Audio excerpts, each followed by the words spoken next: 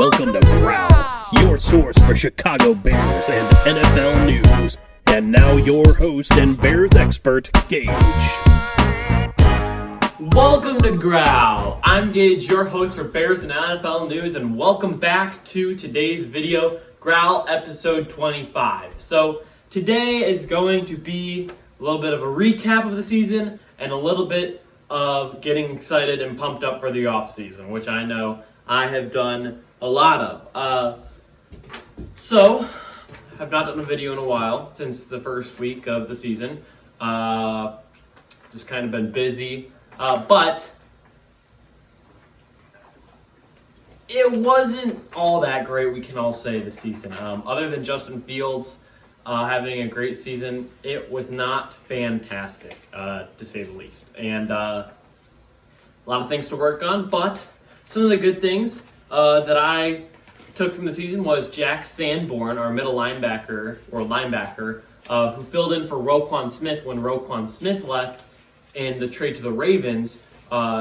He did a great job. Jack Sanborn, he's undrafted. He came from Wisconsin. He did a great job. Another two rookies that did great was Kyler Gordon, one of our corners, and Jaquan Brisker, who made the all-rookie team. Had a great season statistically, too, and he was a key factor of the team to help Eddie Jackson. And Eddie Jackson looked good, which was nice. But the Bears stunk, which gives us more to talk about in the offseason. Like the fact that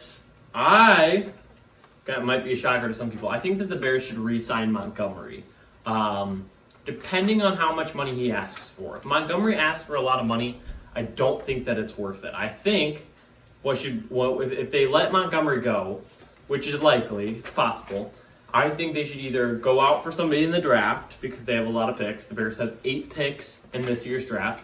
I think that they should go out and get a running back in the draft. Or Saquon Barkley, who's Giants, the team he's on right now, just beat the Vikings in the playoffs.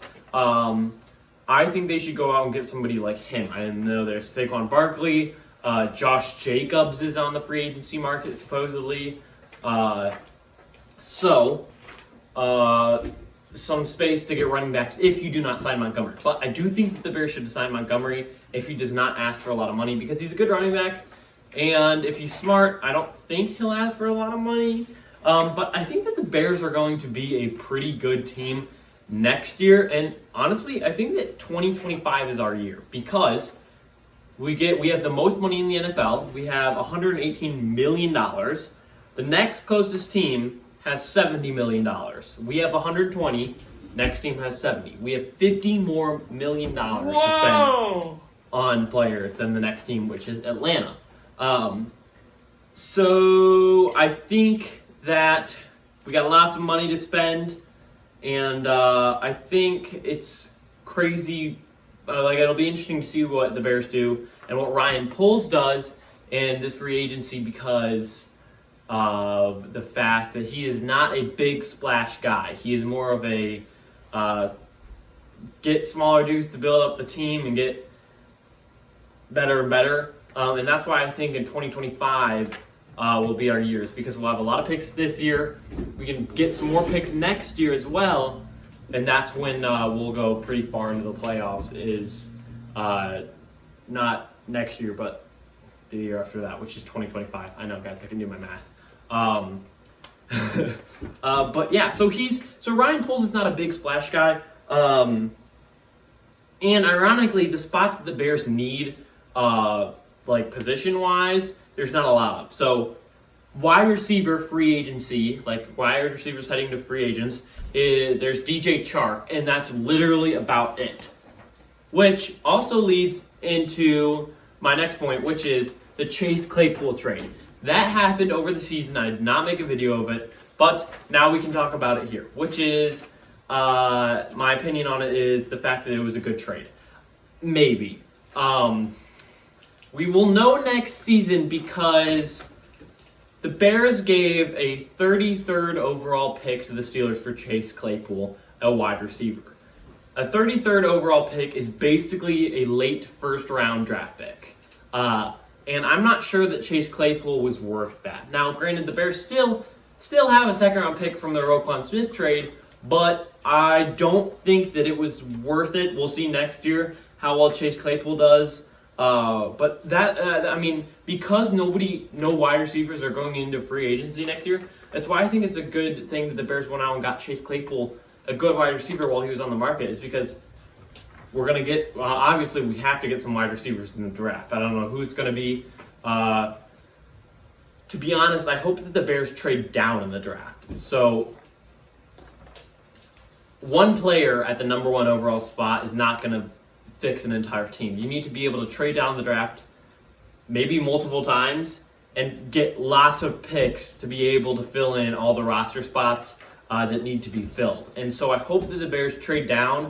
And because the top teams in going to pick in the NFL draft are all QB needy teams, there's still going to be some solid players that the Bears want and need, like Will Anderson and Jalen Carter in the draft. So I think that the draft is going to be huge for next season. It'll be interesting to see how Poles handles that, whether he goes with best player available or best value out of the pick. I highly doubt that the Bears are going to pick a QB. There's been some Justin Fields trades rumors, like we trade Justin Fields to the Ravens and then we pick Bryce Young with our number 1 overall pick. But I think that that's not going to happen. The Bears basically got the lottery with Justin Fields. All the other quarterbacks that were chosen in the draft that Justin Fields was chosen did not do very well and are still not doing very well. One got benched, one tore his ACL, the other threw 4 interceptions in the first half of a playoff game. So I think the Bears struck the lottery with Justin Fields. I think that he still needs time to develop as a passer because he doesn't have any wide receivers. But I think that some people are hating on him, saying he's like Lamar Jackson, like a running back playing quarterback. But I don't think that that's true. I think that he needs to be able to have time to develop as a passer with good wide receivers and not be running for his life because he doesn't have an offensive line. So obviously the draft is going to be huge for the Bears. And it'll be interesting to see whether Ryan Poles trades down the draft to get more picks. But the main spots that the Bears need to fill in is O-line, wide receiver, defensive line, and linebacker. There's really no D lineman on the free agency market. I didn't check linebacker, but I mean, there's not really a lot of good players going into free agency this year, which is why the draft is going to be huge. And trades, you never know. With $120 million as well, this is just best case scenario for the Bears. A rebuilding team, a new general manager, and a new president and CEO in Kevin Warren, who just got signed. And I think this was a good move. He was the Big Ten commissioner, and he's moving his way up. I think that this was a steal. I think that the Bears robbed the Big Ten, and I think this was a good move. But yeah, that kind of rounds out my thoughts with free agency and what we need. We need a lot of positions and stuff. Obviously there's an endless possibilities of things that the Bears can do. But with the new general manager, and we're still getting to learn to know him, you never really do know what's going to happen. However, I do not think that the Bears are going to go out and get some old dude. So if you're thinking the Bears are going to go get DeAndre Hopkins, I don't think that that's going to happen because he's too old. And the Bears are a rebuilding team looking for younger kids. And again, I will reiterate this. The draft is going to be huge. And I will be sitting on the edge of my seat the entire draft. I'm going to be closing my eyes. Draft is going to be really important for the Bears. I should maybe have playoff edition coming up because the playoffs are happening right now as we speak. And I know the Vikings are already out of the playoffs, which is good. So stay tuned for that. And we'll look forward to the 2023 season.